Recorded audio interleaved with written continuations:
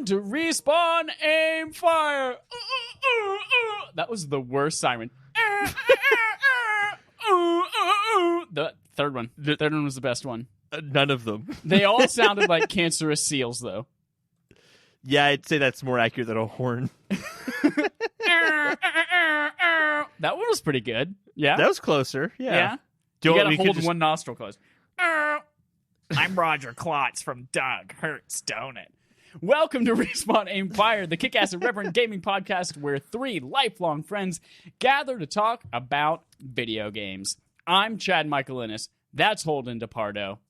Bada bing, bada boom. And you're you, and that's why we love you. We have so much good shit to talk about today. Do you like the Atari VCR? Fuck you. We'll talk about it, though. Do you like Metal Gear Solid? Do you love Shawn Layden? So do we. R.I.P. We'll talk about that and more on today's Respawn He's not Aim dead. Fire. You don't know that? He hasn't tweeted since. They actually killed him. Like, shit, what do we do? I don't know. Just, like, for now, put a tweet out saying he resigned. Oh, man. We've got a ton of stuff to talk to you about today, but we're going to start with the Nintendo Quest log. Yeah, we are. Boop, boop, boop, boop, boop. Nintendo is bringing Brain Age training to the Switch. This is from Matthew Handrahan at gamesindustry.biz. There will be IR camera integration. This is Brain Training was a game that got Brain Age. That's what I'm fucking thinking of. Yeah. Is Brain Training a different game then? No, they are calling it Brain Age, but they're calling it bringing Brain Training to Switch is the headline, but it is going to be called Brain Age. That's what I thought. Thought. Come on, Matthew Handrahan. That's the last time we pull something from you. We have something for him every week. He'll still be there. Don't worry, Matthew. Don't worry. Brain Age is that game that blew up on DS, got a lot of people playing it that wouldn't normally play video games, which was really cool. And it turned out all of that shit is worthless and doesn't actually do anything for your brain anyway. It's like, hey, follow the bird, match this puzzle, do math real quick. Super fun. This one will use the IR camera on your Joy-Con for simple math and rock, paper, scissors. Great. Well, they showed out the first patents for the Joy-Con, and even in the first introduction where Koizumi showed off the Switch and all the things he could do with the IR camera, he showed off rocks, paper, scissors, and it took them 2.5 years to finally put it in a game. Well, 1-2 Switch. They never made a 3-4 Switch Lite. Nope. So they had to delay it to whatever the next game was.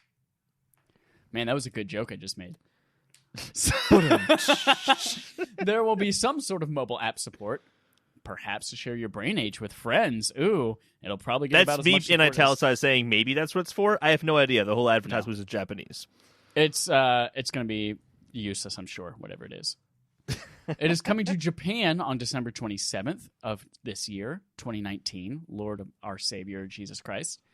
No international dates were released, however. So, no. Do you live in Japan? Do you have a Japan account? Because region-free Nintendo allows you to do that now. Great, you can download it. I would love to take the Brain Age test in Japanese and just bomb it really badly. Here's what you have to do. Get the Google Lens app on your phone, and then Brain Age on your Switch, and you just translate the whole thing through your phone, especially when it's speed and time-based. You're going to fail that game very poorly. The problem is you need to also write things in Japanese characters. Kanji. And I've definitely... They're called kanji. Kanji. I'll definitely not be able to do that. 100% guaranteed. Is there a reverse Google Lens? You write something in English and it writes it down for you in Japanese? Yeah. Absolutely. I actually want this to come to the West. I liked Brain Age on DS. I'm just surprised this is coming to Switch. This is the perfect game to bring to mobile.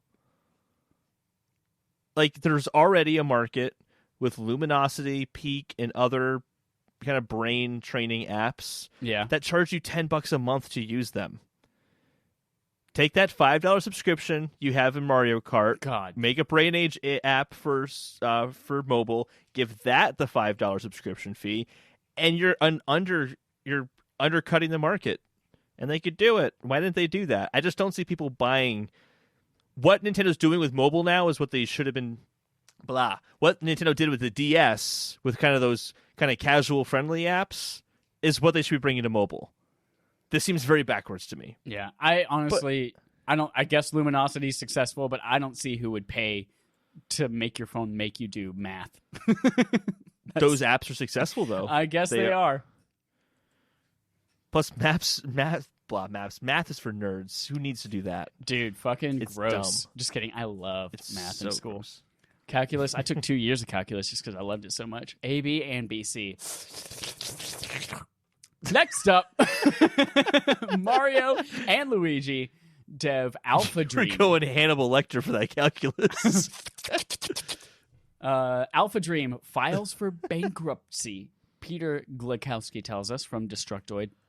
This is the studio behind all of the DS titles, and I think maybe one was ported to Switch recently. The Mario and Luigi RPG games.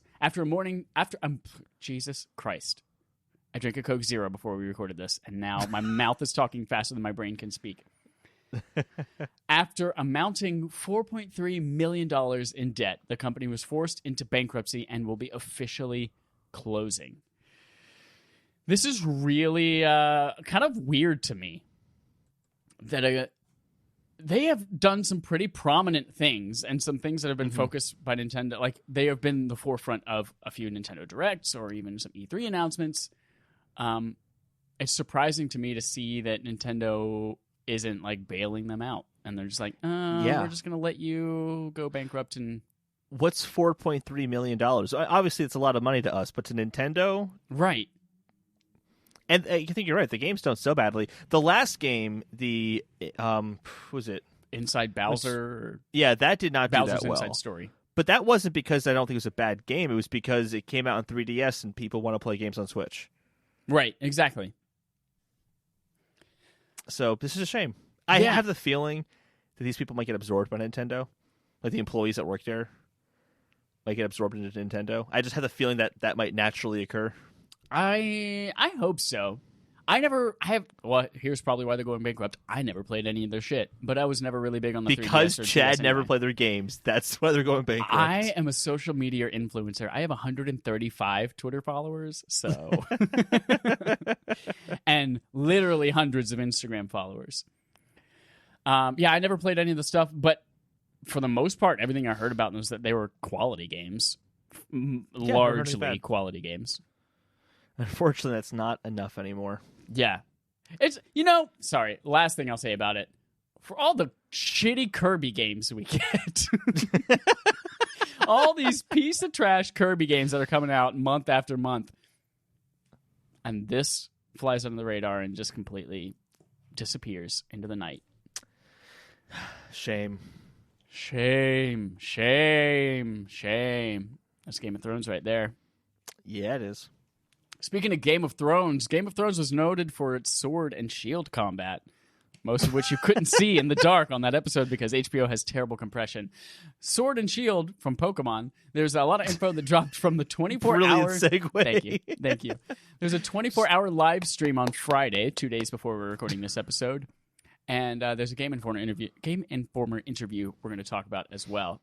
So there was just a live stream of a camera in the middle of one of the open areas. And you could just see some shit happening, Pokemon running across the screen. And there were a few... let's talk about that first, the 24-hour live stream, and then we'll talk about the other stuff. There are a few things, such as the Galarian Ponyta. Apparently I saw pictures of it. People are going fucking ape shit over these ponies. They basically look like they're adorable. They're like little baby unicorns because they have like really like multicolor manes of fire and things like that. They look adorable AF. And they're like tiny ponies, like little Sebastian. There was a lot of other things too running by, but that was the one I saw that most people were freaking out about. That was the only new Pokemon shown off. Was it? The only other Pokemon shown off are Pokemon that already exist in prior generations, that are returning. Oh. So maybe I just didn't recognize the old ones because I never played like half the Pokemon games. Yeah. Yes! Then we got some news from the Game Informer interview because Pokemon Sword and Shield is the cover issue for October? This is October. Hi. Yeah. Welcome to October. We got some news there. New updates on Pokemon Sword and Shield include 18 gyms. Caveat, maybe not. changes to experience share, and new battle mechanics from David Gill at Dual Shockers. Apparently, there will be 18 types of gyms that will spread across major and minor leagues, so not necessarily like a full-fledged Pokemon league with a Pokemon Master. Sword and Shield will feature different gyms in each league. Update from David Gill at Dual Shockers. Pokemon Sword and Shield won't have 18 gyms after all. In the lore of the Galar region, there are 18 gyms, but only, quote, a similar amount of gyms to battle as prior games will make it into the final game. So probably around 8. I was really devastated when I heard the update, because my number one thing with the whole Pokemon franchise is I started off with Silver version, so I was used to 16 gyms, and every other Pokemon game felt like half of a Pokemon game to me. So I'm like, 18 gyms? I'm so hyped. I can't wait. Like, I'm so excited. And like, I actually just, by the way, it's just how you always had it. Like, damn it. Yeah. No. But here's the thing, though, is that there technically are more than 8 gyms that they made for both games. Right. Because there will be different gyms in each game. Not entirely, but There'll be some that are different between the... There'll be some gym leaders that are exclusive to Sword, some that are exclusive to Shield. Yeah.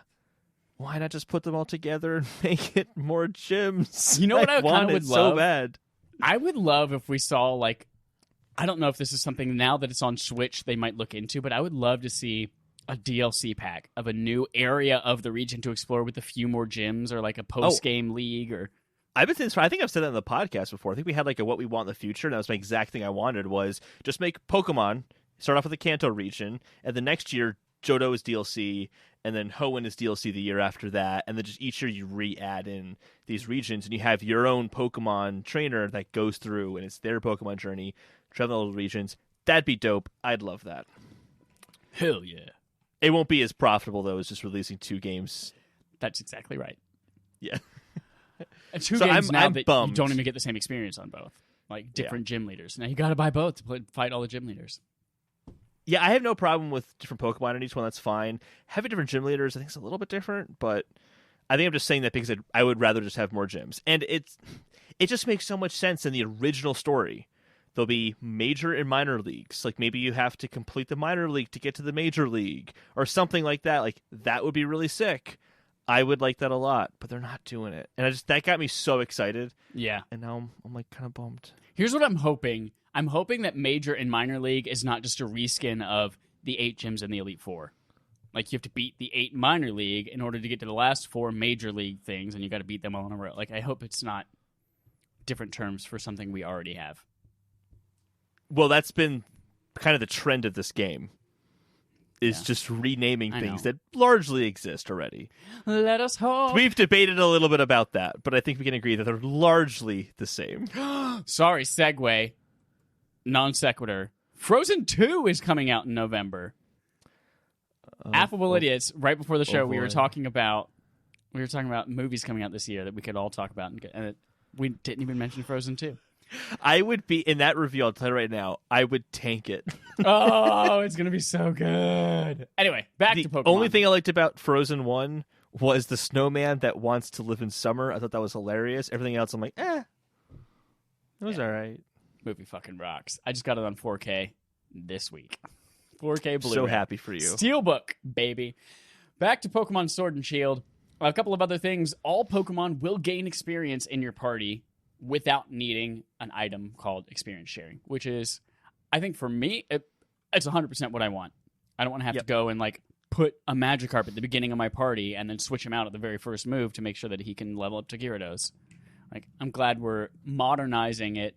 The experience share item made that possible for a while, and now I'm glad it's just part of the game. They used to give it to you early on. It just makes sense just to let you do it, as opposed to like having to activate an item that you're going to keep on the entire game anyway. Yeah. I was listening to Kind of Funny Games Daily with Odell. Adele Werther's Originals. No, I can't remember his full name, but he's a huge Pokemon guy. And there were parts of him that were against it, because apparently if you just level up, if you're really into competitive Pokemon, there are parts of your Pokemon that you have to level up differently, like their EVs, and rather than them getting experience from general battles, you want to level them up in a certain way. I don't know. It was all over my head. But I think for the average Pokemon fan, this is a good thing. Yeah, absolutely. Next up, there will be no HMs. This is a trend we've seen since Sun and Moon. They had rideable Pokemon, and then Let's Go had just, your partner Pokemon can learn all these things similar that weren't actually HMs. And so glad to see that's returning for Sword and Shield 2. And then there's auto-saving. Thank America Ferrera for auto-saving in Pokemon, so we don't have to go and into our menu and save, or we fucking Game Boy dies, or small side note as well. You could tell in high school I was really cool. The very first time that I ever drank, no, this is the second time I ever drank. It was senior year of high school, and my friend Tim and I, my best friend at the time, we were like, oh man, my parents are gone for the weekend. My Uncle Dwayne is the only person that's going to be home. He's a good way to get... So he got us some... You just totally outed your uncle for committing a felony. No. We got some alcohol somehow. Actually, no, it actually wasn't even from him. It wasn't the uncle that I just mentioned to you. Somehow. It was a coworker at Domino's, actually, who did it for me. Oh, okay.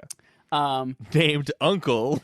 But we made Jaeger bombs, and with Jaeger and Monster, but we also had never really had them before. We had no idea, so it was just half Jaeger, half Monster energy drinks. It was awful. But the whole time, my best friend Tim is playing Pokemon Blue on his Game Boy Color. That's how cool we were. Getting drunk, playing Pokemon on our Game Boys. That sounds like fun. He kept dropping the Game Boy, and every time he dropped the Game Boy, it would reset the game, and he would lose all of his progress that he made. So autosaving could have really helped in that situation. Yeah, autosaving could really help drunk minor teenagers from losing their progress in Pokemon. This is important stuff. Yeah, absolutely. That's what they made this for. They made it for drunk teenagers who shouldn't be drinking yet. That's what I thought. Dope. Glad that's coming. And then finally, I didn't actually read this article, but Sword and Shield's max raid battles could be among Pokemon's most challenging encounters, says Brian Shea from Game Informer. The headline really says it all. Yeah. Yeah, it just means that like the max raid battles are kind of meant to be some of the most intense, battling experiences you're going to get Pokemon, more extreme than the Elite Four, depending on which raid it is. Some of the raids will be easier, but there are some that really push the limits of what's been difficult in a Pokemon game before. And that's also the only way you can obtain Gigantamaxing Pokemon, right? Yeah. It's from beating them in a max raid battle. I know how much you love Gigantamaxing. Gigantamaxi pad for the heavy flow months. So stupid. Speaking of stupid, let's talk about playtime in this game. Trover saves the universe. No, we're not going to. We're going to talk about that last in my group. Let's talk about what you played first. Okay, fine. I didn't play that much. So I started Metal Gear Solid. I started playing it, so getting an early start for Barf. This is very early for me. Played some Apex. Hold on. Why are you playing Metal Gear Solid? Oh, because it's our Barf for the month. Our backlog accomplishments with Respawn and friends. Where can people go if they want to play along with us or suggest further games in the future?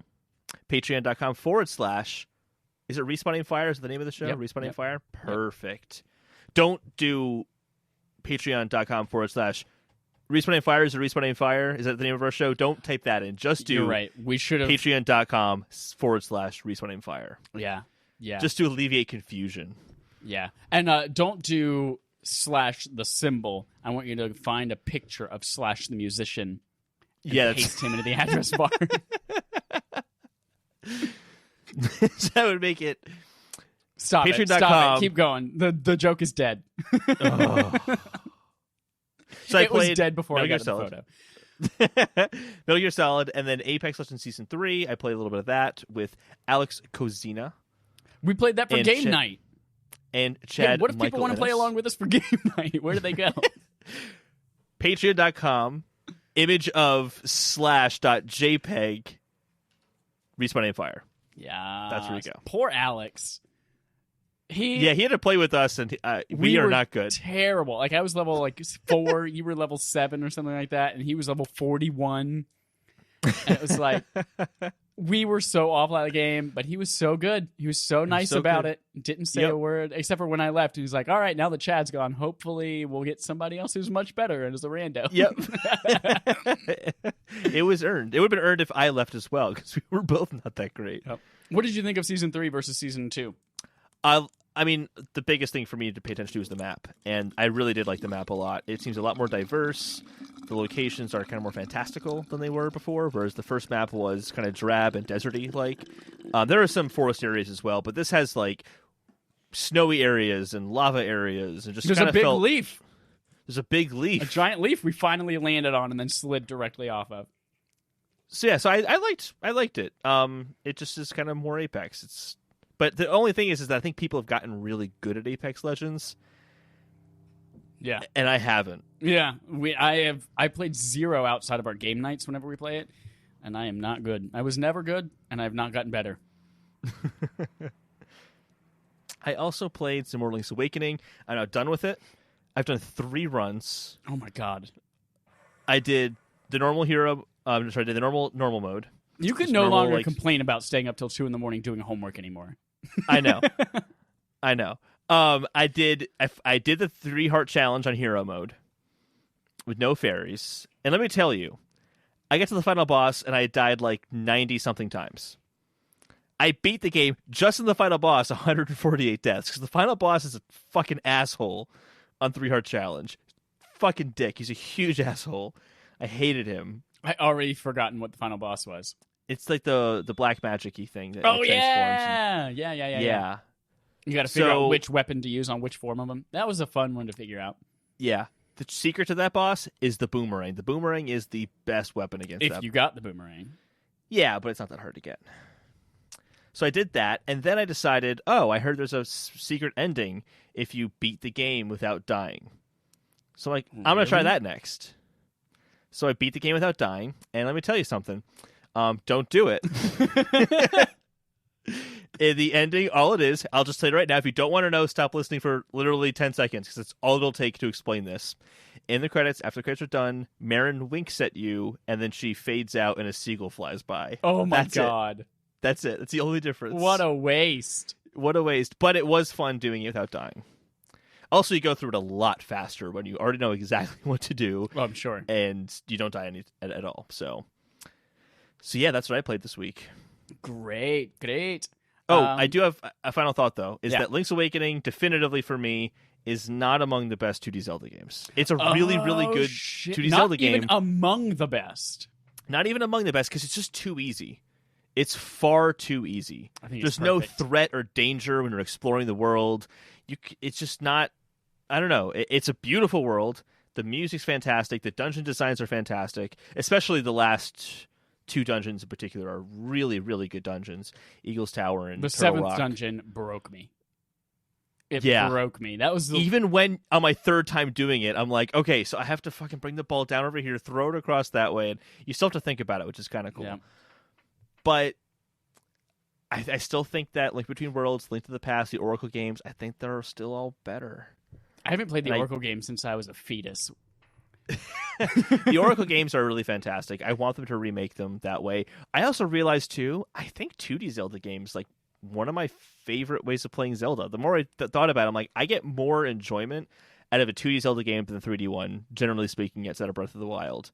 Because that kind of combines what I like about the 2D games with Breath of the Wild. Yeah. Is this more freedom to kind of go around, do what you want. I think the puzzle designs in 2D Zelda games are far better than they are in 3D ones. I think they're just better, more solid games. They might be shorter, but I think they're really good. And playing Link's Awakening kind of made me realize that. Cool. Yeah. CTs. It's abbreviation for cool titties, as the kids say. Next up, here's what I played this week. I played, Apex Season 3. I played... So Apple Arcade has gotten a few new games on it. And I was browsing through the store. I found like 5 more things that I'm interested in, downloaded them, but still only played Grindstone. So... Lots of things I would like to play, but I'm obsessed with Grindstone. But I did notice that my Apple TV updated itself, and now these experiences are available on Apple TV as well. So I'm going to pair one of my 3 Xbox controllers I have for some reason to my Apple TV, and I'm going to use that and see how they are on the big screen. I'll report back next week. And then Beat Saber, Panic at the Disco, They just released a new song pack with 4 songs from Panic at the Disco. That's what that acronym means. It's very confused. Yes, P exclamation point, because it's Panic exclamation point at the disco. And then they use the at and then TD.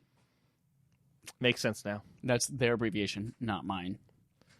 I was going like, is that... keep going, sorry. Yeah. I won't go there. I say this every time they release new content, but it's the most fun new content. The most fun content of the game. I was playing, especially... Fuck, I can't remember the name of it. But it was the... Na na na na na na na na na na na na na na na na. I can't remember the name of the song. Because it's all not music that if you were... I was a fan of them largely when I was in high school and early college, and I haven't listened to a lot of their new stuff. So I didn't recognize almost any of their songs, which was great because that made it really fun for me to go and experience all of this as new. High Hopes. High Hopes, that song was fun. That was the only one I did recognize. But here's the thing, Holden. Not only were these fun as fuck, I was playing them smiling, giggling the whole time, but 2 of the 4 songs, the very first time I load them up, play them on Expert, I double S-ranked those shits on the first try. Had no idea what was going to come at my face. That's You're what she just a said. god. I'm just so frickin' good. The other 2 I only S-ranked, but these 2 I double S-ranked on the first try. Only S-ranked. But then High Hopes was such a fun track that I'm like, and I double S-ranked it, I'm like, I'm going to try that on, there's a modifier you can put on to get a little bit more points if you play it on faster speed. So I think it's like 1.5 times speed as they're coming at you. And I was like, oh shit, that was super fun. I think I got a B rank on that maybe. No, I S-ranked that one. I didn't double S, but I S-ranked that one. So fun. And then I'm like, I'm going to play Expert Plus. Expert Plus, if you aren't familiar, came out like 8-ish months ago. And it is insane. It is ridiculous. It is impossible. And I've never been able to even get to the end of a song. On High Hopes, after 3 tries, I got through the song. I had a D rank on it. But I got through the song, and it was a fucking blast. I can't wait to go back and finally like make a good-ish score on that song. Loved it. Loved it. I'm great. I'm amazing. Everyone, bow down. I didn't realize you were having a hard time with Expert Plus. I thought you like were nailing that shit too. Oh no, Expert Plus is like, if you want to kill yourself, this is a way to do it. And I've never been able to finish a song on Expert Plus. Have you ever tried it in any of the demos that you've been given? No, any demo I've been given has been hard or normal. Oh man, Expert Plus is literally, it's impossible. Then I played Trover Saves the Universe. This is the 3rd VR game from Squanch Games, Justin Roiland, the team behind Rick and Morty. They had Rick and Morty VR, they had Accounting Plus, and now they have Trover. This game actually came out like in May, I think it was, around the same time as Blood and Truth. And I got them both, very excited to finish them. I decided to play Blood and Truth first, and then I had that game-breaking bug, and I had to go back and restart it. And then, anyway, this flew under the radar. Ugh. I never started it. I was playing Beat Saber, and I was like, you know what? While I've got the helmet on, maybe I should go ahead and try something else out that I haven't played yet. This is the funniest game I've played in years and years. I'm sitting down in my room in pitch black darkness, the door closed, silence because I don't have the TV on because there's no reason to if I just have my headphones and the headset on. And I'm sure my roommates are thinking that I'm the fucking Joker in here. Just silence and then laughing at nothing, like busting at the seams. Here's the premise of this game. If you're a Rick and Morty fan, you will love it because it is just a shit ton of stream of consciousness dialogue, similar to where they have like the interplanetary or intergalactic ads where they're just like, this is what TV is like all across, and it's just a whole episode of just ads from other universes, and it's just nonstop ridiculousness. That's kind of what this game is with an actual game around it. This is the first of the 3 games they've released that actually has gameplay and not just you're going through scenes and doing chores. So the setup for this is you're what they call a chair-opian, which is a race of people who sit in chairs all the time. All they know how to do is sit, and they kind of float around, similar like WALL-E, where they float around in their chairs. And then one day, this giant, I think his name's Galactorp or something. It's all so stupid, the name's Galactorp or something like that, comes, and he's a giant, like, chicken nugget looking guy with a beak and weird man boobs, and he comes down and he has holes for eyes, and he steals your 2 dogs and he puts them in his thing as as eyes. His eyes are 2 dogs. And that for some reason makes him so powerful he becomes a god and he's wreaking havoc. So the whole thing is just about taking on this giant guy who's now a god because he has your 2 dogs for eyes. Do you want to... All right, you've explained a lot of these guys' games to me in VR. They all sound trippy just like that. Yeah. I think these guys just really want to have the most ridiculous acid trips ever. So they'd like to, make this game, then we'll take acid and play the game. Well, so you're controlling a guy named Trover, and we talked about when I was originally mentioning this game and how I was excited for it, we talked about how to record the dialogue for Trover, which is a purple humanoid-looking guy, except for he has holes for eyes, but his are filled with power babies instead of dogs. And power babies are little jelly bean-looking things that are about the size of a baby, and they have a face, and you just put them in your eyes, and so he has 2 babies for eyes. And so that's Trover. This is the most ridiculous game. So you control Trover in a similar way to like you would control Moss, where you're like a more... Okay. It's kind of like Moss or like Astrobot, where you're like this god-type character, and you're controlling them. And then you bring Trover to like warp points, like little points on the ground, and you can then warp to those points if you want. So you're controlling him, but the way that they recorded Trover's dialogue is they literally just had Justin Roiland, who voices most of Rick and Morty and a lot of the characters in this too. He just had him play as Trover running around, and as he saw shit in the world, he's just stream of consciousness talking, and they're just recording all of that, and that's the dialogue that Trover uses. So it's hysterical. There are a couple of things that I wanted to just mention. They're not really spoilers. The first one is the literally first thing that happens in the game, aside from the guy stealing the dogs and putting them in his eyes, is you're sitting in the chair, because you're a Chair-Opian, you're mourning your dogs being stolen, and you're watching this Jerry Springer type show. I think I've talked about this on the podcast too, but you're watching this Jerry Springer type show, and there's a guy and a girl arguing, and the guy's like, God, what kind of wife are you? I can't believe you would do this in this relationship. All I want you to do is rotate your chair. That's all I want from you. She's like, well, maybe I don't want to rotate my chair. I don't want to use the right thumbstick to rotate my chair. Who would do that? And, how dare you?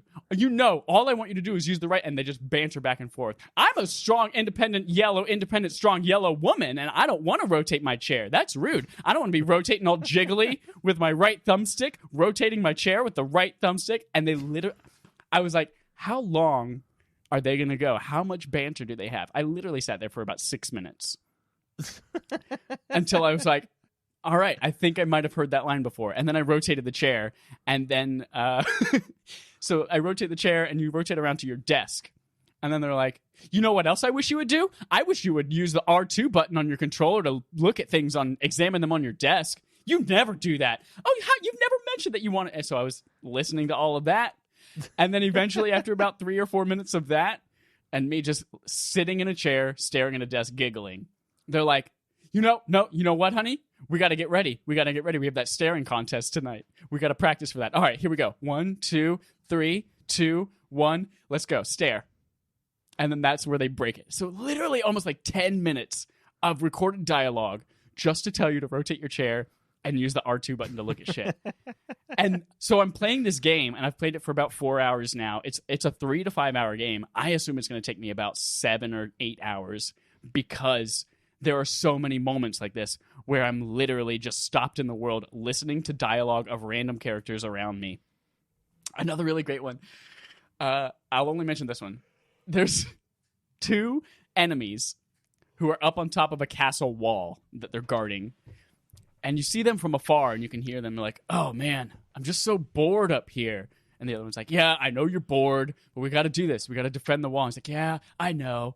I'm just, we're up here. We've been standing here looking out for some kind of hero, and nothing's happened for who knows how long. Yeah, I know, but it's our job. You're like, haha, that's funny. And you approach, like, oh, look, there's that piece of shit little purple guy, and then the Cheropian. What are you guys gonna do? Try to get past our wall? Don't you even know what a wall is? A wall? There's a wall here, and you can't get past it because it's a wall, dipshit. You can't dig under it. You can't go through it. You don't even fucking know what a wall is, this guy. And they do that, and they banter back and forth with you a little bit, and then they just like, yeah, this guy, idiot. Hey, man, I was meaning to ask, how are you feeling about the diagnosis? And the other guy's like, yeah, it's weird.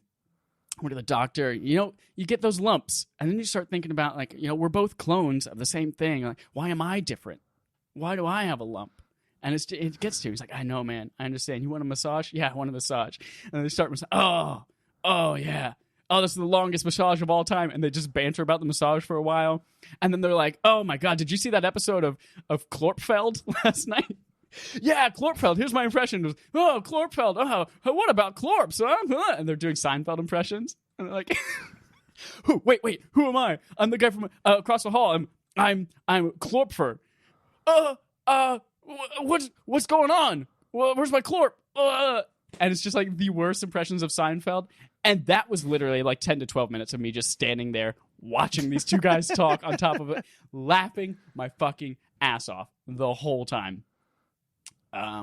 So if that's your jam, if you like Rick and Morty, if you like nonsensical, non sequitur, random ass shit, it's great.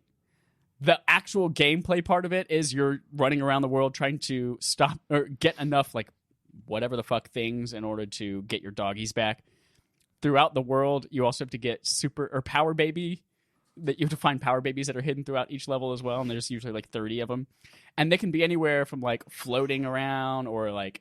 And you have to look at them with your VR headset and suck them in. You can, by the way, also play this game on the TV. You don't have to have a VR headset to play this on PS4. But I'm sure it's not as good. And then you have to like fight things. But as you get these or the power babies, you absorb them into you, and then they get descriptions. And every single power baby has a laugh out loud, hilarious description about it too.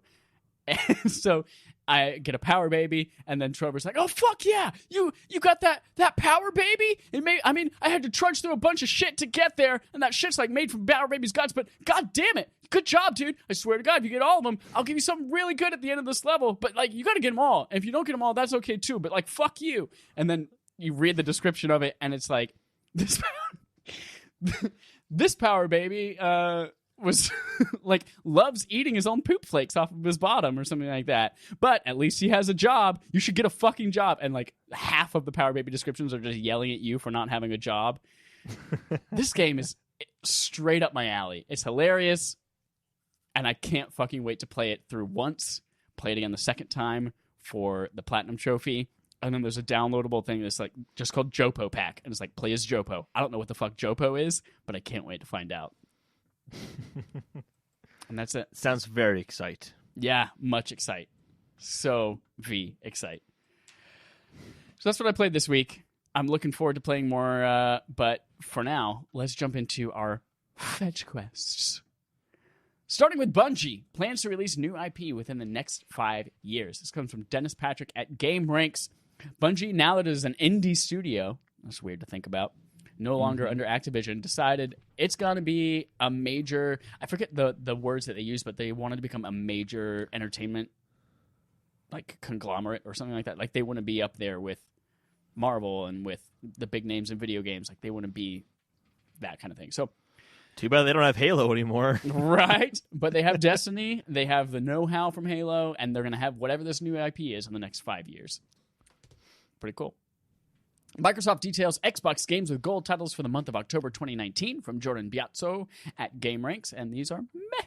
Tempo, the badass elephant. I wouldn't even say meh. It's not a good selection this month. I don't know. Reading Tempo, the badass elephant kind of makes me want to go try it now. Friday the 13th, the game, which we played, which was a lot of fun if you have a lot of friends to play it with. Disney's Bolt. Great. And Ninja Gaiden 3, Razor's Edge, arguably and critically the worst Ninja Gaiden game. Hence why this is not a great month for games with gold. Yep. Oh, and I'm so fucking pumped for this. Iron Man VR blasts off in February from ONS Good. Polygon officially coming out February 28th, 2020, exclusively for PSVR. I have a week to beat Last of Us 2. Although, oh my God, sorry, my window's open because it's hotter than Hades' vagina balls in here. February 28th is a week after Last of Us. I have the day off of work for Last of Us release date, and then the whole weekend. I can do it. I can fucking do it. Holden. Oh, this is all for you. Animal Crossing New Horizons, Luigi's Mansion 3, and more to be featured at Nintendo Live 2019, whatever that is, says Ryan Craddock from Nintendo Life. Talk me through this, because I know you got a big old baby boner. Yeah, I'm actually reading this now, realizing I said earlier that the Brain Age game is called Brain Age. It's not called Brain Age. This is one of the games going to be featured at the event, and it's going to be called Train Your Brain, Nintendo Switch Training for Adults. That'd be playable. Sorry. Very catchy name. Nintendo Switch Training for Adults. I feel like that is just like... That's something that you would find on a... Remember when I named our game the other day? I named our game... Game Mag Mad Libs, a literary adventure for excellent fun. That's what I feel like this is. I feel like Sacha Baron Cohen would have named the game this. Yep. Sorry, continue. Other playable games at Nintendo Live are going to be Luigi's Mansion 3, Ring Fit Adventure. They're going to be... I thought they were going to show off some footage of Animal Crossing. People are getting very excited.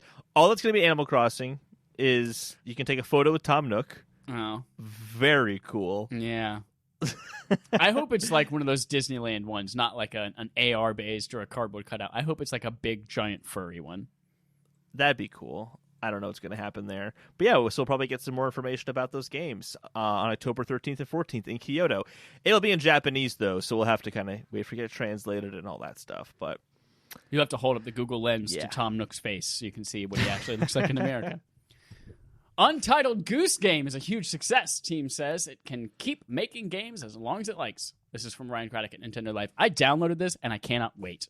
Yeah, I was going to say, when are you going to play this game? And you haven't played it yet. As soon as Borderlands 3 is done. I didn't put this in playtime, but I played like 7 more hours of Borderlands 3, and I'm like 2/3 of the way through it.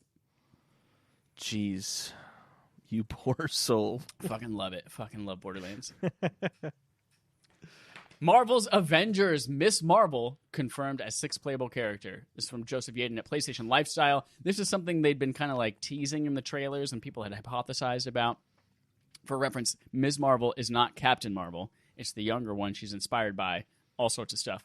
But that's kind of cool to see that now that Captain America is dead, wink, wink, wink, there's another person you can play as, and that's Ms. Marvel. The more we see of this game, the more I'm getting pumped for May. I'm pumped. And then finally, Red Dead Redemption 2. You remember that game? Coming to PC on November 5th, 2019. Exciting. I guess, yeah. Also coming to Stadia, so. Yeah. Great. Whenever that comes out, we are possibly less than a month away from that release date, and we don't know it yet. There'll be another Connect, and I'm sure in the next few weeks. I hope so. I hope it's, when you say Connect, I hope it's just like you're playing Stadia with a Microsoft Connect. Like Milo and dodging the soccer balls or whatever they're doing. Probably not. Moving on to our third-party quest log. Atari partners with Ants. Oh, God. Sorry, I forgot this was the VCR one. And I got angry for a second. Atari partners with AntStream. Responds to VCS concerns. Brendan Sinclair from GamesIndustry.biz. So there's this trash console, the Atari VCS, that they don't know what it is, but it's going to be very expensive. You can already pay for it. It's coming out sometime next year, even though they promised it would be out this June. You don't know what you'll be able to play on it, but it could be 4K 60.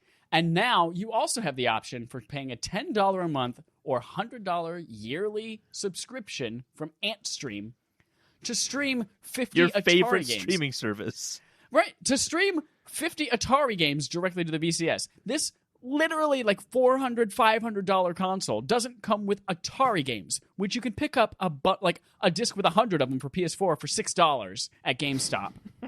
Or you could pay $100 a year to AntStream to stream them to your Atari VCS. This service is also going to be on PC and consoles as well. So you don't even have to buy the Atari system to get access to that streaming service. But this is where I'm confused. The VCS version will have an exclusive app, but it's the same content. Does it have a different design? Is like, what's special about it? I hate this so much. Oh, it makes me pissed. I can't wait for this thing to come out and just see how it's finally received. We'll see. Very curious. Next, the Writers Guild of America, WGA, drops Video Game Writing Award from Sam Sant at PlayStation Lifestyle. So after more than 10 years of featuring this award at the at the WGA's awards, in 2020, we will not see the Video Game Writing Award. The statement from WGA says they are waiting for, quote, a critical mass of video games that present them a meaningful award selection process. A couple of people, Neil Druckmann from Naughty Dog and Chet Falizek. Who is that? Let me open up that. Have shared their frustrations. The on game, Twitter. I know the game that he made. I just totally forgot what it was.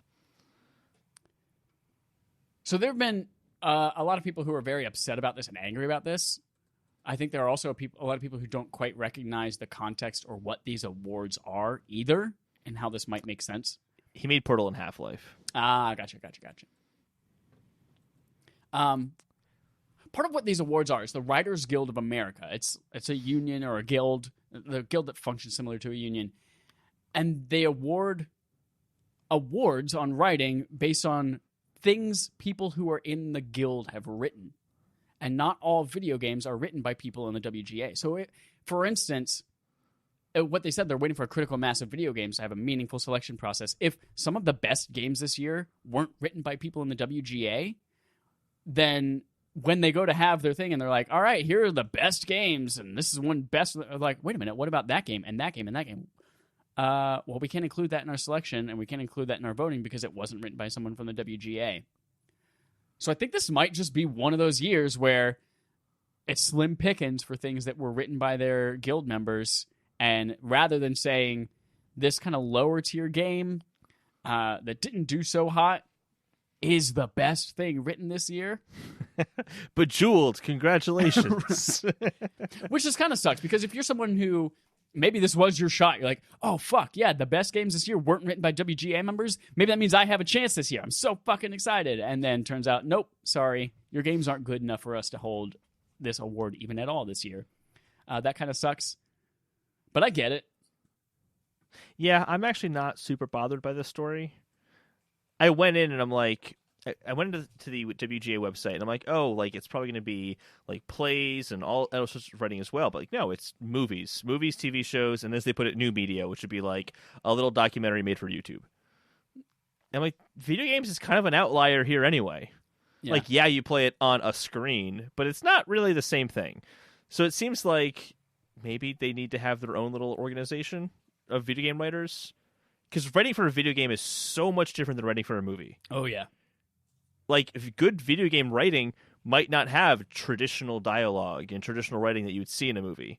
In a game, writing could just be the game design and how you interact with it. Like, for example, in Last of Us, the giraffe scene, where you go to pick up Ellie, but she doesn't come over.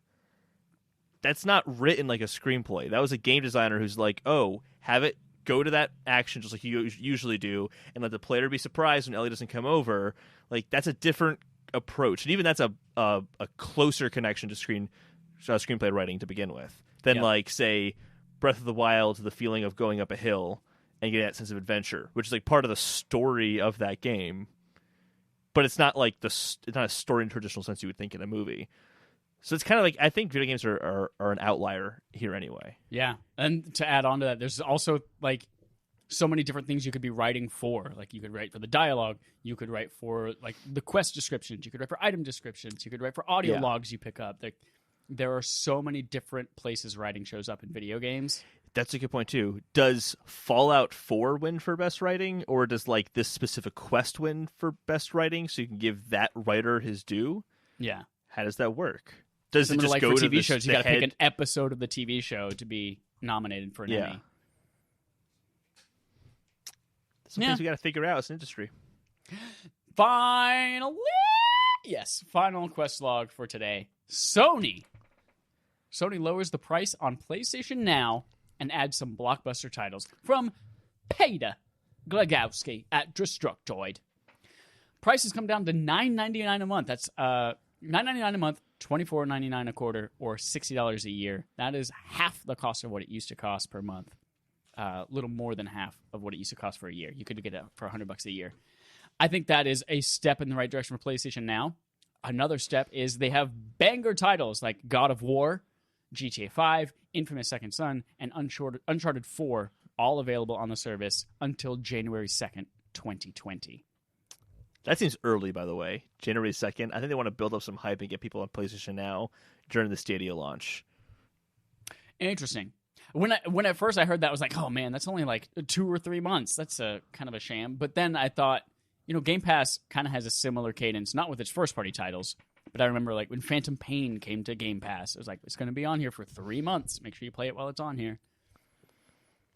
I think that is it's great that they're finally looking to get competitive. They've, as statistics have said in the past, they've been winning as far as revenue and subscriber numbers go between PlayStation Now, Xbox Game Pass, and there was something else in that study too.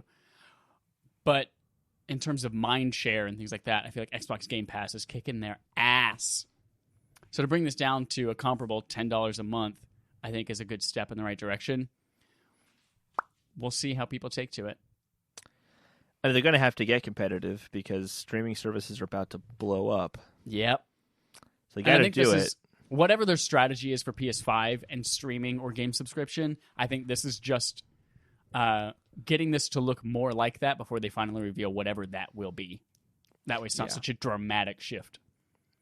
I also think that for GTA 5, it makes sense that that's going to be gone January 2nd because it's not their game. But I'm sorry, the rest of these games, God of War was just added to the PlayStation Hits, which means that it's $20 now. Same with Infamous Second Son, I think, and same with Uncharted 4. All those games are reduced price games in the PlayStation Hits line. They should just be included in PS Now at this point. But here's the thing. Those are also like the games of the generation, too. That if they can make $20 a pop for those versus a portion of that of a $10 a month subscription, that's a lot of revenue for them. Versus Game Pass, where, I get it. They have all of their first-party titles, but that's also like Sea of Thieves and State of Decay 2 and Crackdown and all of these things that they're not going to make $20. And Forza. Gears of War was the first one that was like, holy shit, this is a AAA, high-quality, amazing experience. I can't believe this is on Game Pass. But I'm pretty sure Halo's coming too, isn't it? Next year, Halo Infinite will be as well. So they'll have two versus all of Sony's. And Forza. I think you're underestimating how much Forza sells. That's a huge franchise. Yeah. It does very well. So I just feel like these should be there. Because, you're right. They can make $20 off of selling that one game. Or they can make $120 keeping that person subscribed for a full year. Or I guess $60. Sorry, $60. Well, $60. Or they could sell 4 of these games a year. Or when they come out fresh, sell them for $60 a pop. And they release, maybe one a quarter. Like, that's a lot more money I think they could get right now. Let's hold these thoughts, actually, because these kind of tie into a later conversation. I think you know where I'm going with that. So let's move on to the next thing, and we'll... Next up, we have more PlayStation 5 rumors, motherfucker. This is a Gizmodo article from Alex Kranz called A Story About 2 Tiny Fuzzy Photos of a PlayStation 5 Prototype. A few weeks ago, we talked about a PlayStation 5 prototype that was a tech drawing that was part of a patent, and it had a V on it, and there was a developer who was like, oh yeah, we have one of those in our office. I'm like, cool, now we know what the dev kit looks like. And then this is more information about this from a source that gave info before that tech drawing was even part of the patent. And now Gizmodo is like, here are a few other pieces of information they also gave us about it. Both PS5 and Scarlet, they've been talking about the Scarlet Xbox dev kit as well, coming in 2020, and it was due to the delay in the AMD Navi chips being postponed. But they will both feature the greatest compute jump in any console. That gets me soup sweat.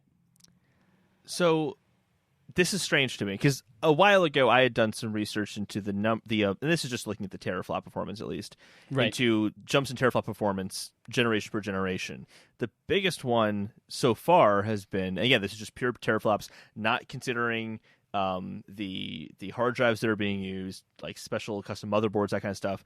But he had a 40 times jump from PS2 to PS3, Xbox to Xbox 360.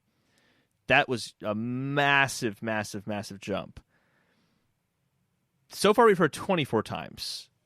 So is there something we don't know, or could this lead credence to the PS5 Pro launching at the same time, and that's why I'm saying it's the biggest jump, because we have the PS5 Pro at the same time as the regular PS5? Like, this made me curious. Yeah, I have a feeling I don't know what to make of that statement. It's not going to be apples to apples, pun not intended, as you'll see in a second.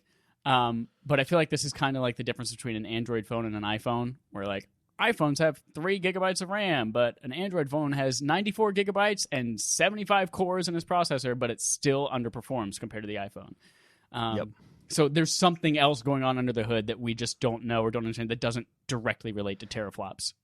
And Microsoft has talked about this when they made the Xbox One X, with just how they customize their motherboard to be as efficient as possible. Right. So maybe they're doing that stuff too. Interesting. Apparently, ray tracing, which is a big buzzword for next gen, will be handled differently for each console. So Xbox will handle it differently than PS5 will. And then here's another part that I actually got more excited for than I thought I would. Each console, did it say built-in camera? Each console definitely features a camera. It says built-in camera. It says built-in camera. I wonder if that's just on the dev kits or whether it has to be external on the final. Anyway, I would imagine. But it seems very strange to put a camera on the PlayStation console itself if you're going to tuck it in a cabinet somewhere. In a cabinet, exactly. So yeah, each console, the dev kit right now features a built-in camera for live streaming games. And apparently Microsoft has the superior camera right now with better resolution and latency between the camera and gameplay. I think the latency they mentioned was like 1 or 2 frames versus 1 or 2 milliseconds. Yeah.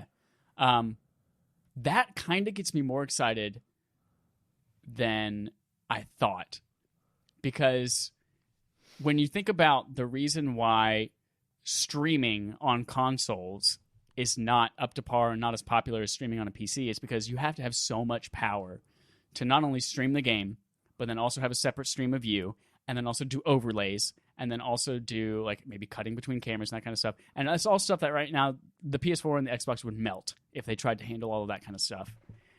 Keying out green screens, that kind of stuff. So to be able to handle all of that, I kind of want to dip our feet into streaming a little bit more. And I think this would, if it's able to offer more user-friendly, accessible tools that you don't have to know how to run OBS and that kind of shit to do on a high-end PC, and we can just jump on with Mixer and do both of our streams and have it look really great and professional without melting our consoles, I think that would be super cool. This is also an interesting move, too, because, and again, if this turns out to be true, which it sounds pretty legit to me, this would be one of the first times I've seen from a console generation that, like, usually, PS3, PS4 is coming out. This is really exciting because we're going to be informed as to what the future of gaming is going to look like. And this is kind of saying, hey, this has happened. We need to include this in consoles. Yeah. And it's kind of like retroactively adding these things in. But it is still a huge jump for what we're going to be able to use these consoles for. And you look at like some of the trouble I've seen some people with like their like live stream setups. Like I was watching this YouTuber that I follow, and he's setting up a live stream, and like the audio kept getting off, and he's like working on his end to like fix it, and it's like a half hour to stream before he finally like fixed it. And this is just, it'll just work. Yep. Just snap the fingers, it's gonna work. And that's pretty amazing. Yep. And then finally, the last part of these PS5 rumors is there is a patent from Sony for something called PlayStation Assist. This is actually something our guest last week, Sony Pony, a.k.a. Dan Root, who was amazing. He's one of the most genuine, nice people in the world. He sent me this article and said, hey, did you see this? PlayStation Assist, an AI-powered digital assistant doubling as a game guide, from Matthew Wilson at Kit Guru. So right off the bat, if you're familiar with the Google Assistant integration with Stadia, this is kind of similar, where you're playing a game and you can press the Google Assistant button and say, hey, Google, get me guides for this level in the game. And it just searches Google, finds that, brings it up, maybe shows you a video on YouTube or something like that. But this seems like it takes it a step further and might be something developers can program for, where you're stuck in a level and you can say, PlayStation Assist, where's the nearest med kit? And it can find that on the map and point it out to you. Or what's the solution to this puzzle? And it will, in-game, kind of bring up those features as well. I love that we're getting to this point with our games and stuff like that we don't have to worry about breaking out a second device, going and searching, finding really shitty YouTube videos that everyone's like, hey, what's up, everybody? Before we get in the video, I just want to say, hey, what's up to Stickam. Thanks all to my friends on Stickam, blah, blah, blah. We can just be like, PlayStation and the developers, tell me where I'm supposed to go or tell me where to find this fucking super baby or power baby to put into my eyes. It also brings us to that whole, like, in Her, how Joaquin Phoenix is just talking to this video game. Oh, yeah. Would that kind of, it's like, is this kind of the beginning where eventually, like, next generation we get to that kind of stuff because the assistant has gotten smarter through people using it and talking to it for an entire console generation, that by like PS6 it can do some crazy stuff to actually interact with the game by talking to NPCs for reals. Craziness. That's totally like out there, but it has nothing to do with the patent that was shown off, but it could go there one day. They just need the data. They need the information. We have the technology. We can rebuild him. Rebuild him. Rebuild him. You said one thing weird and you didn't mean to. Don't you feel fucking stupid? Oh, I'm just kidding. I love you. You're great. Okay. Do you have anything left to say about those rumors before we jump into our main quests? No, let's go to the main quest. These are the big stories. Main quest this week. Still kind of flabbergasted from this. Shawn Layden departs as PS4 crossplay arrives. So there are two things to note here. First one, Sony veteran Shawn Layden. Two separate stories. I had the feeling they're connected. Yeah. Sony veteran Shawn Layden leaving PlayStation. This is from Tom Phillips at Eurogamer. We simply got a tweet out of nowhere. What was this? What day of the week was this? Monday? Tuesday? Yeah, Monday. There was a tweet from PlayStation on Twitter that says, quote, "It is with great emotion that we announce that Worldwide Studios chairman Shawn Layden will be departing SIE. His visionary leadership will be greatly missed. We wish him success in the future endeavors and are deeply grateful for his years of service. Thanks for everything, Shawn." That's it. Yeah, I love when they started things with great emotion. Good emotion? Good emotion? Bad emotion? Yeah. Shawn Layden has not said anything. There have been no press releases. There's been nothing outside of a tweet. We don't know, is there someone to replace him? Does this take place immediately? So this happened on Monday, and it's Sunday now, and we haven't heard anything else. I assumed that Tuesday, Wednesday, Thursday, we would have some kind of official follow-up from PlayStation or Shawn, but we've got nothing. Yeah. Honestly, it's hard to really even have an opinion on it, because all you can do is speculate. Exactly. It's all speculation. We have no idea what's actually going on. It doesn't seem like it's a friendly, like, oh yeah, come to the end of my road here, and blah, blah, blah. Well, we can get into some speculation we'll talk about in a minute, but there's nothing for us to... Not even a successor. Yeah, no successor named. There's, similarly, I forget who it was in Japan that just retired. Oh, yeah. At the same day, that person, the head of Sony Japan or something like that, retired. But that was his parting wish. She's like, fuck Shawn Layden. Get rid of him. That's my retirement gift. That one was handled differently. There was a press release. They named a successor. And that happened the same day. Separately, the day after this tweet, PS4 crossplay features are reportedly out of beta and now available to all developers. This is from Matt Wales at Eurogamer. Quote, "They can be utilized by any developer wishing to incorporate this feature into its games," according to CEO of SIE, Jim Ryan. So basically what it means is it's not available everywhere yet, but it's coming as soon as developers fix their games. Right. So previously it was in beta. It started with Fortnite last November, I think it was. Yeah, around there. And Fortnite was the only game allowed to do it. And then they slowly opened it up to, like, hey, Rocket League, you can start playing around with it if you want. And then Call of Duty Modern Warfare said, hey, we're doing it too. And now they're like, fine, fucking everybody, you can do it if you want. Build it into your games. We'll see when that finally comes, becomes a staple feature that we start seeing in all games. Yeah. So hold on, tell me how you think these are connected. So this is what I think is going on. So this is 100% speculation. I have nothing to back this up. Just speculation. Ever since the conversation of the next generation coming up, there's been a lot of talk of, is Sony going to fuck it up? Are they going to do $599 for a PS5? And they're going to do something crazy because they got really arrogant in the PS4 era. Get a second job again? Like they did with the PS3? Exactly. And they fixed it with PS4, and I think that they just realized they need to have a fresh PlayStation experience. So the industry was kind of aging in some ways that they weren't keeping up with, like crossplay being a big one. And I wouldn't be surprised if someone, and I'm just kidding, this is speculating, I have no idea what Shawn Layden's opinion is in the background, but if Shawn Layden's like, no, we got to keep crossplay off our platform because that's going to keep people on PlayStation, and maybe there's just some inner turmoil inside the company of how do we adopt into this future, and things like crossplay seemed like an obvious, we have to do this, but there was resistance from people like Shawn Layden. So it's like, hey, Shawn, look, the company's changing, you got to get with it or go. I think there's that side of it. There's also, maybe he got picked up by someone else. Maybe he's going to Stadia too. Doubt it. But it's so weird, though, that if he got picked up by someone else, that there wouldn't be a transition period. Like, when they announce he's leaving, it'd be like, yeah, we're so glad he was with us for 32-ish years. It was over 30 years. Yeah. But it's nothing. It's nothing. Yeah. But I really think it's just inside the company, they want to kind of shed the old to get ready for the new. And especially when you're coming up to a new console generation, that's really important. I don't think Sony wants to fuck up PS5 like they fucked up PS3.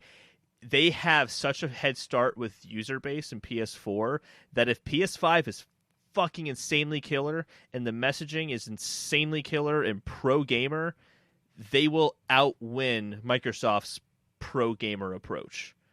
Because Microsoft is catching up with the exclusives. Microsoft is kind of ushering in this pro gamer mindset that Nintendo and Sony haven't really had to the extent that Microsoft has it. They know they have to keep up. If they can have similar messaging as Microsoft in terms of we love the gamer, we're doing these things for the gamer, crossplay is available to everyone because just be a gamer wherever you want to be. If Sony has a conversation next year, it kind of negates Microsoft saying the same things.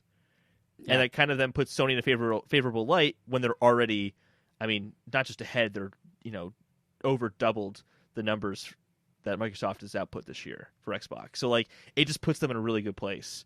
And to sacrifice Shawn Layden to do it, that sounds like a smart move to me. Not that Shawn Layden did that. I don't know if Shawn Layden was resistant to crossplay. I have no idea. So I'm going to give you some context and some information on that. Okay. So right off the bat, in general, Jim Ryan, for a while, who is the person who talked about the PS4 crossplay feature, has generally been more in favor of moving towards a services-based future. He's the one who's been championing PlayStation Now, which makes sense with the day after Shawn Layden leaves, PlayStation Now gets a price cut of 50%. He's also been much more trying to push the idea of making games a service versus the single-player experience that Shawn Layden has really been kind of spearheading. So Shawn Layden, as head of Worldwide Studios, has been like, no, we're going to make God of War. We're going to make Spider-Man. We're going to make The Last of Us, these single-player focused experiences of really great quality games. And when it comes to crossplay in particular, Jim Ryan is the one who made the first official announcement about Sony's not doing crossplay because of the kids. We got to make sure the kids are safe from all the people on Nintendo and Xbox. Jim Ryan was the one who made that statement. This is what Shawn Layden said a little bit afterwards in an interview with GameLab. He said, I thought it was fascinating you talking about PlayStation 3 flying too close to the sun. Your Icarus moment, you called it, and then PlayStation 4 coming back to be more back to basics, to be about the players. But there seems an issue at the moment that Sony isn't listening to its players, or doesn't seem to be, and that's crossplay, Fortnite particularly. And I wondered if there were any plans to open it up. It seems that Sony's not listening. Sorry, that was the interviewer to Shawn Layden. Shawn Layden says, we're hearing it. We're looking at a lot of the possibilities. You can imagine that the circumstances around that affect a lot more than just one game. I'm confident we'll get to a solution which will be understood and accepted by our gaming community while at the same time supporting our business. Still a little bit more of a non-answer, but it's more hopeful and we're trying, we're looking at solutions than no, we can't do it because we want to protect our kids. Which is the stupidest reason. It was so stupid. So traditionally, the understanding has been Shawn Layden has been more in favor of crossplay, but he's had to be a mouthpiece for Jim Ryan, who was against it. So again, just more context for us to speculate. No, that's really good context. That kind of that's so strange. Maybe that's the last thing he did was push for crossplay then, and then he... This is really strange. There was something else that came out. Fuck. It was in a... what article was it? There was an article from something, maybe it was GameIndustry.biz, about how apparently a developer was talking about there was butting heads between the executives in Europe, Jim Ryan and Shawn Layden, all of these guys, around what the next generation was going to be and all this kind of stuff, and that it had been, for developers, it's the most confusion they've had going into a console launch in a long time. Like, people don't know what some of the features will be. There lots of secrecy around it, and they're like, this is coming out next year, probably, knock on wood, and we don't know what's going on. So I wish I could remember the specifics of it. But there's that going on, and then I totally lost my train of thought. Fuck a duck. Confusion going to the next generation, Jim Ryan versus Shawn Layden. Oh, and then there's the thing, what's really puzzling to me too is that Shawn Layden was just starting to, he's really only been head of Worldwide Studios for a short time. It was right after Jack Tretton left in 2017, I think it was. 2018, I thought. 2018? Yeah, maybe, just over a year. So it hasn't been too long. He established PlayStation Studios and was going to head that project up. They just got Uncharted, the movie, under PlayStation Studios for movies, and now he's just gone in the blink of an eye. It is so mysterious, and I want the Kotaku Jason Schreier just 2014 expose. Actually, when Jack Tretton left. No. Yeah. And here it is. In early March 2014, it was announced that Tretton would step down from his position at the end of the month, citing mutual agreement between himself and SCAA not to renew his contract. He was succeeded by Shawn Layden.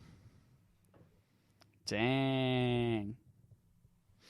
Interesting. That's a lot earlier than I thought. Sorry, I didn't mean to interrupt you. Go ahead. No, it's so fascinating that as in his time through it. Oh.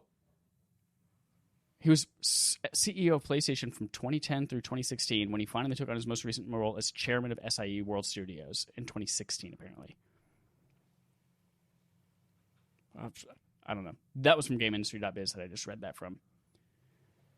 Anyway, Wikipedia. So fascinating that all of this is happening at once, right as he's really starting to establish himself. Another thought I had before all of this, like frustration with developers and butting heads and where they're going with PS5 services versus single-player games, all that kind of stuff, was PlayStation, like, this is a good time to sunset your career. You have the most successful console in a long time. It's just crossed 100 million units. You're looking to go into a next generation. You have so many Game of the Year winners and nominees, and it's like, I've had a good run. Let's close it while I'm ahead and let PS5 be someone else's kind of journey and story. So like, oh, maybe he's just like found a good moment. But then as things started unrolling and we haven't seen follow-ups or official statements, I'm like, it's got to be more nefarious than that. Yeah. It also could be a situation of like maybe there was I'm not placing blame or anything like that or accusing of anything. There's like a HR incident or something like that occurred in the background. They had to get rid of him or something like that. Like, who knows? It could literally be anything. I'm not accusing him of anything nefarious. I'm just saying, like, it could literally be anything. Yeah, it could literally be anything. But if it were something HR related, do you think we would have even seen this tweet from PlayStation? Yeah. So with great emotion that we announced he's leaving. Thanks for everything. We wish him success in his future endeavors. I don't think we would get something that positive from PlayStation. That's true. Yeah. So they just would have been like, he had to leave. He'll be greatly missed. All those times he slapped us on the ass and called us toots. We'll miss you. He didn't do any of that, by the way. Well, we don't know. He might have. We don't know. If PlayStation would say something, we could stop making shit up about him.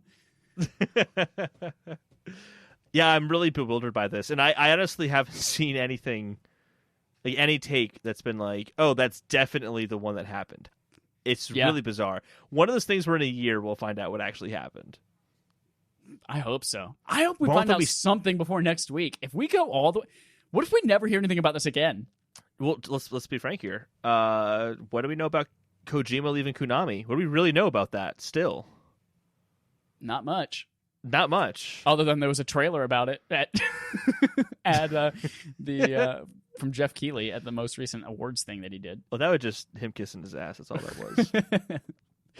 In 20 whatever, Kojima wasn't allowed to come to the Game Awards, so we gave him another award, and now there's a trailer about it. I think the big thing here is that PlayStation is changing. Yeah, there's something going on at PlayStation. Big changes. Yeah. Could be for the better, as we see, PlayStation Now and crossplay opening up. Could be for the worse. Got to protect your kids. All those predators on the Nintendo Switch platform. Cross-playing Fortnite with our kids. Oh, man. Yeah, anyway. All right. Moving on to our last couple segments, starting with Ryan's subscriber interrogatives. Dustin Excellence Hill. Oh, was that a you or a him? Did you add excellence or did he add excellence? Oh, I added excellence. Nice. I love that he has a different emoji in the middle of his name on Twitter every week. I think this week is like literally a piece of mail, like it was email.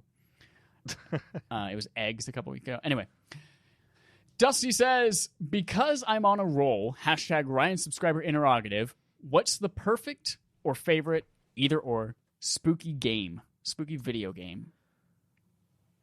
I have 3. Go. In no particular order. Resident Evil 2 just is still in my mind. Oh, it's so good. Oh, it's so very good. spoopy. Very, very spoopy. Last of Us is not necessarily a survival horror game, even though it's kind of exactly what it is at the same time. It's kind of exactly a survival horror game. Yeah, but you don't think of it as a survival horror game. At least for me, I don't really think of it that way. But it is. You got to choose between crafting 3 bullets or a health kit to heal your wounds. Yeah. It just, I don't know, it just kind of feels like it transcends that genre. Anyway, Dead Space as well. Those are kind of my 3 favorite horror games. Yeah. Oh, I forgot about Dead Space. Dead Space is always an afterthought, but then I'm always like, God, I miss that game. I really want them to remake it. Or not remake it, but like bring it to PS4 in some way. I want to play that game again so badly. Yeah. Resident Evil 2, fucking scary as shit. Love it. Resident Evil 7 in VR, especially, terrifying. Literally shouting at the top of my lungs while playing it. And then Dead Space. Yeah, damn, you had a great lineup. Great fucking lineup. Last of Us is good, but I don't know if I would call it like the perfect spooky video game. A game that that's why I have a hard time considering it sort of a horror, because it's not really. It is a horror story, but like it's not a horror story at the same time. It transcends it, but it is. There are some very high tense moments that I thought were scary in that game. Yeah. A game that I find too scary to play, Outlast. I think I've said it a few times on the show before. To defend yourself? Exactly. If it's scary and I can't defend myself, it's too much. I can't take it. If I'm just pointing my camera at something and I had the option of hiding or running away, too scary. Can't play it. Apparently Blair Witch is similar to that, too. Outlast. You just said that. Outlast. I don't know why I just said Dying Light. That's not what I meant. Nope. Shouldn't have said that. Shouldn't have said that. No. Oh, God, I shouldn't have said that. Oh, do you remember Marcel the Shell with shoes on? I do. Jenny Slate. Was that Jenny Slate? It's Jenny Slate, yeah. Hi, my name is Marcel. Oh, God, I shouldn't have said that. I do that all the time. My name is Marcel, and I'm a shell. Guess what I use for a hang glider? A Dorito. God, it's so cute. If you haven't watched that, you should go watch it. Thank you, Dusty Hill, for that subscriber interrogative. If any of you would like to ask us a question, pose a threat, or anything like that, reach out to us on Twitter at RespawnNameFire, or please send us a threat. We'll read it. That'd be really funny, actually. RespawnNameFire@gmail.com. 2 things. I want to wrap on Game Show, so I want to talk about something very exciting next.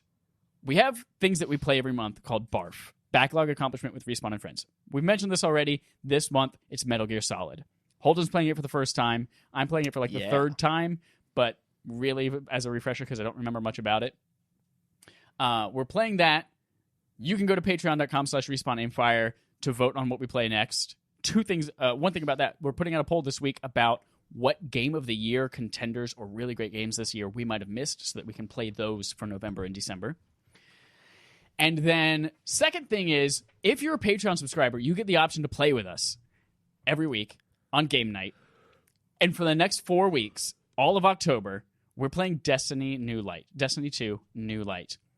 so excited because everyone gets this for free now as of this week. So everyone should have it. We're playing on PlayStation 4. If you've played it previously on another console, but you have a PS4, you can cross progression. You can move that character over, which is super cool. But here's how it's going to work. We put a tweet out about it yesterday, and it blew up, and everyone's so excited. So if you're a Patreon subscriber at $1 or above, you can play with us every Thursday night. We tweet out the time. Usually it's about 6 p.m. PT. But here's what it's going to be. Holden's playing through the game for the first time. The first time. He's never had sex with Destiny 2. So Holden's playing for the first time on game nights for the month of October. There are 2 that I'm going to miss because I'm traveling for work. But I'll be there for the other 2. If you want to play with Holden on those missions, you absolutely can. You can take an overpowered character that you already have. You can start a new character with him and kind of work through the campaign of Destiny with him. And then on November 7th, and however many game nights it takes us from there, we're squadding up with our squad of 6. We might have to do 2 squads and kind of talk and party chat. And we're going to attempt the Leviathan raid. I've never done a raid before. Holden, I don't think you ever did a raid on Destiny 1. You've obviously never done it on 2. There are a lot of people I know out there who have played Destiny and love the game, but still have never done a raid. I think it's going to be super fun to do it with these group of people. There are so many people who have shown interest in this that on our weekly game nights, I think what we're going to end up doing is we'll go through the missions at the same time with each other. So like we'll all play mission 4, but we'll have to split up into 3-person fire teams. We'll all be on party chat on our Discord. I think Discord will always be, from now on, our default for party chat. We're going to do that. We might switch up every single mission. Maybe we juggle the teams and switch them up so that we can all have a chance to play with everyone. That's going to be super cool. So if you're a fan of Destiny, or if you've never played it before, you own a PS4, and you have $1, every week this month, go play through the campaign with Holden and me on some weeks of Destiny 2. And then mark your calendars for November 7th, when we will attempt our first playthrough of the raid. And if we have to stop halfway through the raid and then pick it back up the next week, we will do that as well. I'm so fucking pumped, Holden. I've been wanting to play Destiny. I can't tell. I love Destiny just to play through the campaign. I've never done any like afterwards. I've always like bought the first expansion and then never played it and dropped off, whatever. But I had a ton of fun. Sounds like you love it. I had a ton of fun playing through it. I think I remember talking about on this podcast, Destiny 1, Tom and I played it literally every single day for like a month and a half. Every day we would come home, we would do the weekly challenge, we would do a strike, we would go through, fucking run around the moon for 45 minutes to an hour collecting fucking spin metal or whatever it was. And then it just dropped off. And then Destiny 2 played through the whole campaign, had a blast, dropped off. I'm excited to get back into it. And if this is fun enough with groups, maybe we move on to Shadowkeep. I don't know. What? That's exciting. That's what we're doing for the month of October, and starting in November, let's wrap up the show with Game On Game Show, the game on our gaming show called Game On, where we play a game on our gaming show, game on, game. We have, I forgot to do a 5th one. Oh well, we're doing Now Flesh It Out, a returning segment where we take 2 games, mash them up, and see what that game mashup might look like. We have 4 pairs, because apparently I forgot to make a 5th one. Let's talk about what Dragon Quest crossed with Metroid might look like. Dragon Quest and Metroid. Would it be a Metroid RPG? I would play the fuck out of a Metroid RPG.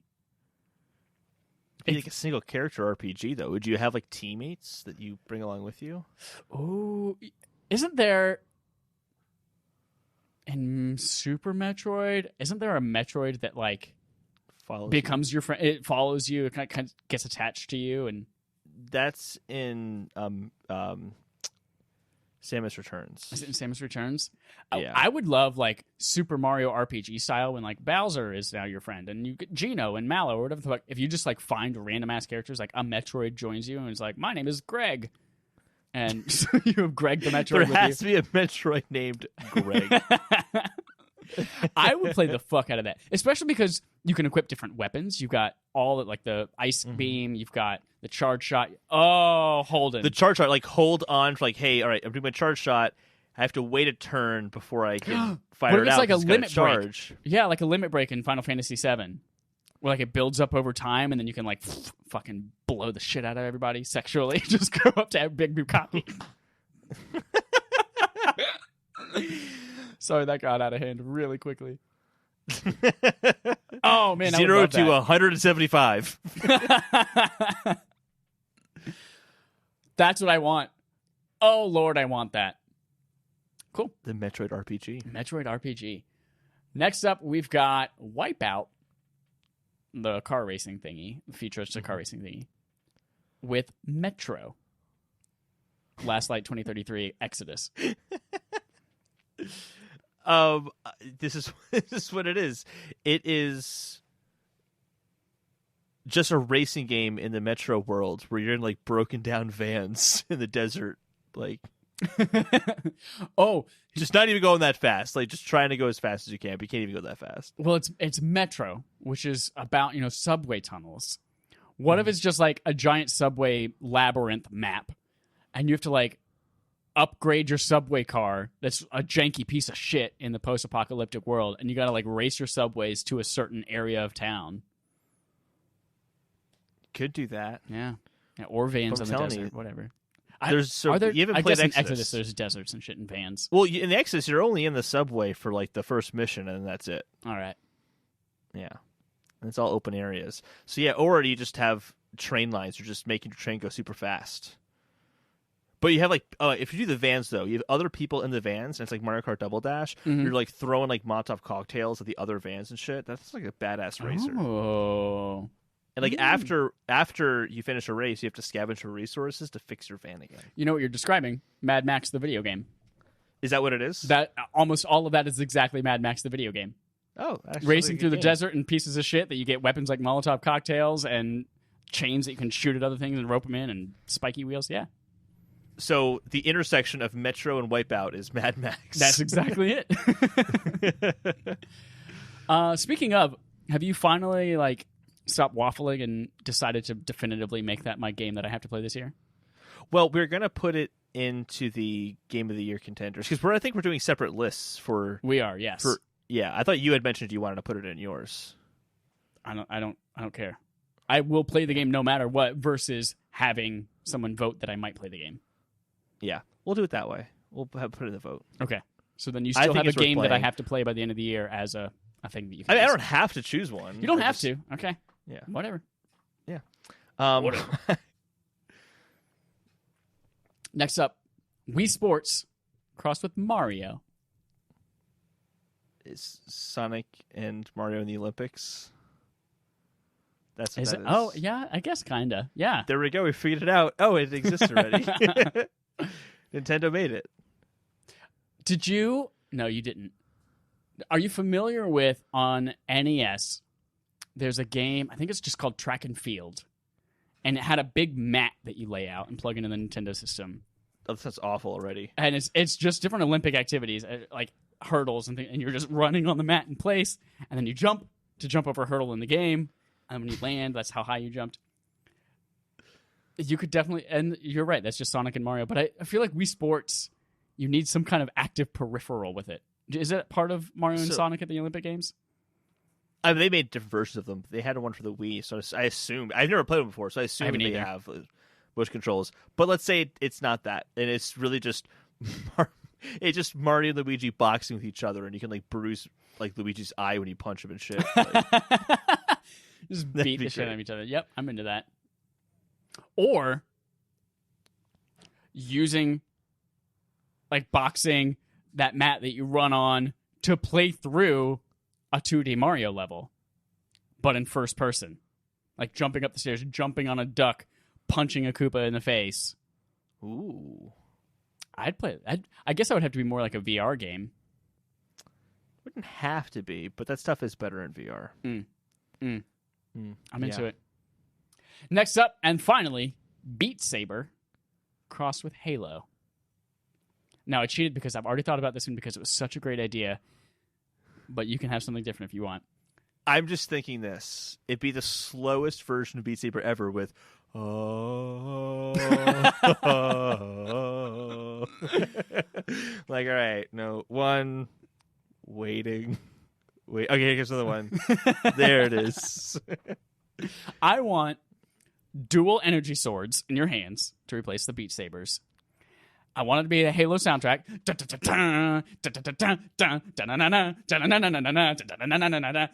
I want all of that. And then I want it to be, instead of like notes having to cut them in certain ways coming at you, it's like an on-rails endless runner almost. And there are enemies coming at you from either side. And grunts you have to kill a certain way. Maybe you stab them in the stomach. And elites, maybe you have to cut off their head. And so there's like whatever enemy's coming at you at the time, you have to kill them in a different way with the energy swords. I would play the fuck out of that game. Mostly just for the soundtrack. I think just keeping it simpler. Why has this been done before? Beat Saber, instead of having like musical artists, do music from games. And have like a Halo music pack. The Legend of Zelda music pack. Probably just because of licensing. Because figure it out. Oculus and PlayStation and all this. Figure that shit out. So was Guitar Hero. That wasn't everything. They had music still. They have music. They didn't have like Nintendo music or Xbox music. You're right. Nintendo would be like, it's $10,000 per track per console. Exactly. But what if we had like third-party games music? Do third-party games even have good music? Final Fantasy. There you go. That's theater rhythm. Final Fantasy theater rhythm. So the intersection of Final Fantasy and Beat Saber is theater rhythm. Yep. I'm going to download that game. Is that still available on iOS? Fuck Apple Arcade. I'm just going to play that now. Theater rhythm? Yeah. Because it was a DS game, and it was also on iOS, because I played it on my iPad. Oh, I didn't know that. Fascinating content. I don't see it. Oh. Or maybe I'm just spelling it wrong. Oh, well, I'll look at it later. That's also possible. How do you spell theater rhythm? That's so stupid. ER? Is it all one word, like smushed together like a portmanteau? Theater rhythm? Theatrhythm? I don't know. I don't know these things.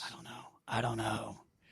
That's it for Game on Game Show, and that's it for our episode this week. Again, play Destiny 2 New Light with us on PS4 starting this week on Thursday. All the way through the month of October. $1 or more a month gets you the ability to play with us. Even if we have to play with multiple fire teams through the campaign, but still chat and party chat together, I think that'd be super fun. Play Metal Gear Solid. Even if you're not a Patreon subscriber, play Metal Gear Solid. Send us your thoughts about the game at the end of the month. Whether you liked it, whether you didn't like it, whether you played it a lot in the past and you have a cool story about it, whether you made out with the back of the CD jewel case. I don't know. And then finally, if you want dope wallpapers, you can also go to our patreon.com/respawnnamed page. At that same $1 tier, you get a bunch of cool stuff. And you get all the past month's wallpapers as well. Boom. That's it for today. And until next week, here's our usual sign-off. Chocolate, chocolate, chocolate. Ack!